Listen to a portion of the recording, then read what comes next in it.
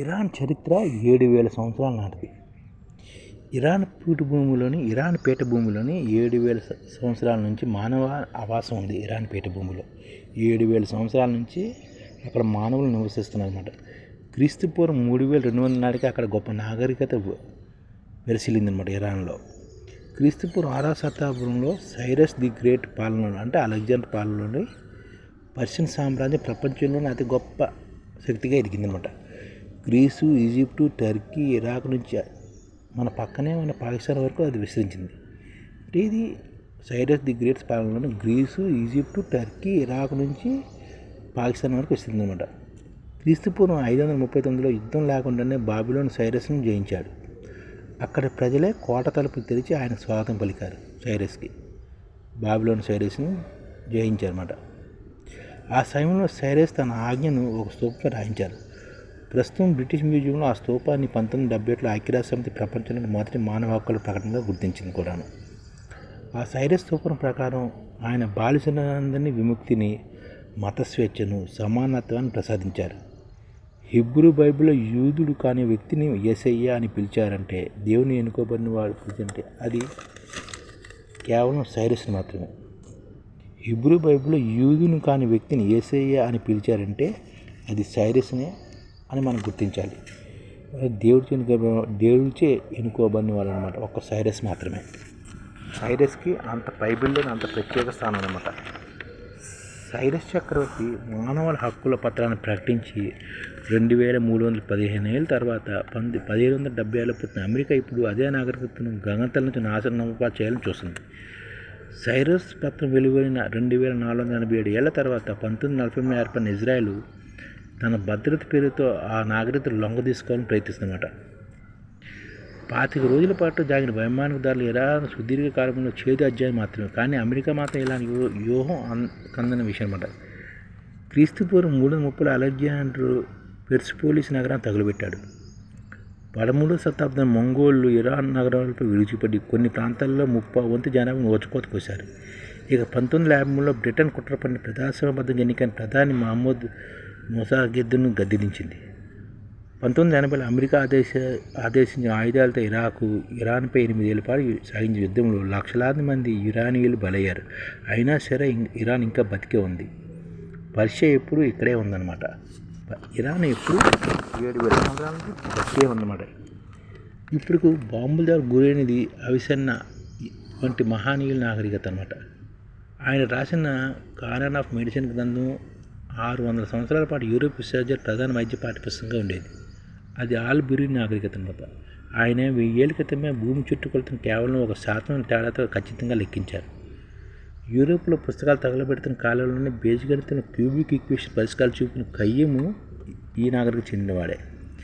ప్రపంచవ్యాప్తంగా కోట్లాది మంది ఇష్టపడే హఫీజ్, రూమీలు కవిత పుట్టిన గడ్డ కూడా ఇరానే. టెహ్రాన్పై బాంబులు పడుతుంటే ఆ గొప్ప వారసత్వానికి మోస్తున్న నగరంపై పడుతున్నాయని అర్థం చేసుకోవాలి. అటువంటి లోతైన వారసత్వ వైమాన దాడులతో అంతమైపోదు. అలాంటి దాడులు పాత పౌరుషాన్ని మరింత తట్టలేపుతాయి. ఫిబ్రవరి 28, 2016 మొదటి టొమాహక్ క్షిపణి ప్రయోగించడానికి ముందే ఇరాన్ దాదాపు 50 సంవత్సరాల కాలం మనుగడ కోసం పోరాడుతుంది. అమెరికా మొదటిసారిగా 1979 నవంబర్లో ఇరాన్పై ఆంక్షలు విధించింది. అమెరికా అధ్యక్షులు మారారు తప్ప ఇరాన్పై ఆంక్షలు ఎప్పుడూ తొలగలేదు. పైగా ఇరాన్పై ఆంక్షలు పెరుగుతూనే వచ్చాయి. అవి ఇరాన్ మరింతగా రాటు తేల్చాయి. ఇరాన్ విడి భాగాలను దిగుమతి చేసుకోలేకపోయింది కాబట్టి వాటిని సొంతంగా తయారు చేసుకుని నేర్చుకుంది. పాశ్చాత్య సాంకేతిక దొరకలేదు కాబట్టి దాన్ని రివర్స్ ఇంజనీరింగ్ చేసింది. అత్యధిక ఆయుధాలు కొనలేకపోయింది కాబట్టి తక్కువ ఖర్చుతో భారీ స్థాయిలో వినూత్న ఆయుధాలను అభివృద్ధి చేసింది ఇరాన్. అమెరికా విధించిన కఠిన ఆంక్షల నుంచి షాహిద్ 136 సూసైడ్ డ్రోన్ పుట్టింది. ఒంటరి చేసిన పరిస్థితుల్లో అవసరం నేర్పిన తెలివితేటలు ఈ డ్రోన్కు నిదర్శనం అన్నమాట. ఇరాన్ ఆర్థికంగా దెబ్బతీసి సైనికపరంగా బలహీనపరచాలని అమెరికా 50 ఏళ్ల పాటు ప్రయత్నిస్తుంది. కానీ ఫలితం మరోలా వచ్చింది.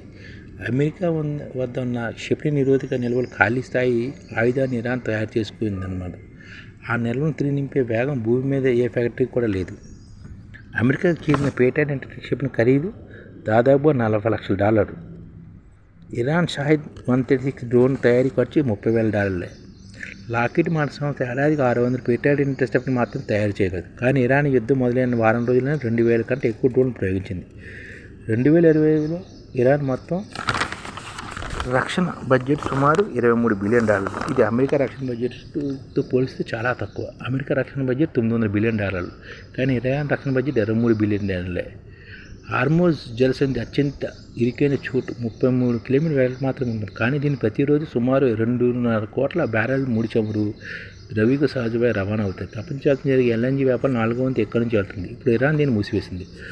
1970లో వచ్చిన 2 చమురు సంక్షోభాలు ఇటీవల ఉక్రెయిన్ వద్ద కలిగిన నష్టాలు కలిపినా ప్రస్తుత సంక్షోభం కంటే దారుణంగా ఉంది. అంతర్జాతీయ ఇంధన సంస్థ డైరెక్టర్ కూడా ఇప్పటివరకు 9 దేశాలు కనీసం 45 ఇంధన కేంద్రాలు తీవ్రంగా దెబ్బతిన్నాయని చెప్తున్నమాట. గల్ఫ్లోని ఉప్పు నీటి మంచినీటిగా మార్చే డిసైన్ వ్యవస్థ కూడా ఆధారపడి జీవిస్తున్నారు. గల్ఫ్ ప్రాంతాలకు సాగునీరు కూడా 56 బ్యారెల్ ప్లాంట్ల నుంచి వస్తుంది, అవి కూడా దెబ్బతిన్నాయి. గల్ఫ్ నీటి మౌలిక సదుపాయాలపై జరిగిన మొదటి దాడి కూడా ఇదే. ఇరాన్ విదేశాంగ అబ్బాస్ అర్బిజీ ఇరాన్ మౌలిక సదుపాయాలు దాడి చేయడం చాలా ప్రమాదకరమైన చర్య, దీని పరిణామాలు తీవ్రంగా ఉంటాయని, ఈ పద్ధతి మొదలుపెట్టిన అమెరికా కాబట్టి ఇరాన్ కాదు కాబట్టి డీలర్స్పై దాడి చేయడం ఇరాన్ సైనిక విధానం భాగమని ఖచ్చితంగా ఆందోళన చెందిన విషయమని, ఎందుకంటే గల్ఫ్ దేశాల వద్ద కేవలం కొన్ని వారాల పాటు సరిపోయే మంచినీటి నీళ్ళు మాత్రమే ఉన్నాయని చెప్తున్నమాట. 25 రోజుల తర్వాత కూడా ఇరాన్ ప్రభుత్వం నడుస్తుంది, పాలన సాగిస్తూనే ఉంది. ఒక నాయకుని చంపకని ముక్కలే పేకమేడ కాదు ఇరాన్. ఇది ఒక మ్యాట్రిక్స్, ఇరు నుంచైనా తట్టుకోగా పటిష్టమైన వ్యవస్థ అనమాట. పాత తరం నాయకుల కంటే అమెరికాపై ఇంకా ఎక్కువ కసి ద్వేషం ఉన్న రెండో తరం నాయకులు వేదికపై వస్తున్నారు. అమెరికాను దెబ్బ కొట్టడం కోసం ఎంత నష్టానికైనా సిద్ధపడే ప్రమాదకరమైన నాయకత్వం ఇదనమాట. ఒక దేశం యొక్క సైనిక శక్తి, ఆర్థిక బలాన్ని పాశ్చాత్య దేశాలు అంచనా వేయగలవు, కానీ ఆ దేశం యొక్క విశ్వాసం యుద్ధగమనం ఎలా మారుతుందో ఊహించలేము. షియా ఇస్లాం పునాది కదే కార్బలా యుద్ధం. అక్టోబర్ 10 క్రీస్తు 680లో జరిగింది. మహమ్మద్ ప్రవక్త మనవడు హుస్సేన్ ఇబ్ను అలీ అన్యాయమైన అధికారాన్ని లొంగిపోవడం కంటే చావుని మిన్నగా ఎంచుకున్నారు. షియా క్యాలెండర్ ఆ రోజే అగర అధికార గర్వం కంటే నమ్మిన సిద్ధాంతం ఒక ఉపదం చాటి చెప్పే రోజు అది.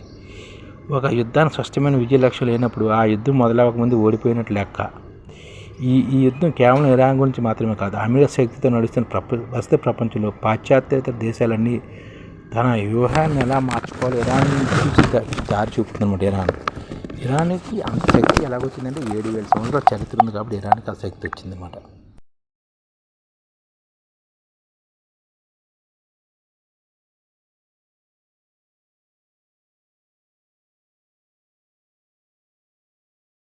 ఈ ఛానల్ ముఖ్య ఉద్దేశం ఏంటంటే, మన తెలుగు రాష్ట్రాల్లో 1 కోటి మందికి సంఘటిత రంగాల్లో ఏ విధంగా ఉద్యోగాలు ఇవ్వవచ్చు, కనీస నెల జీతం 30,000 వరకు ఏ విధంగా ఇవ్వవచ్చు, ఏ విధంగా చేస్తే ఉద్యోగాలు సృష్టించబడతాయో వివరిస్తూ ఈ ఛానల్ వీడియోలు వస్తాయి.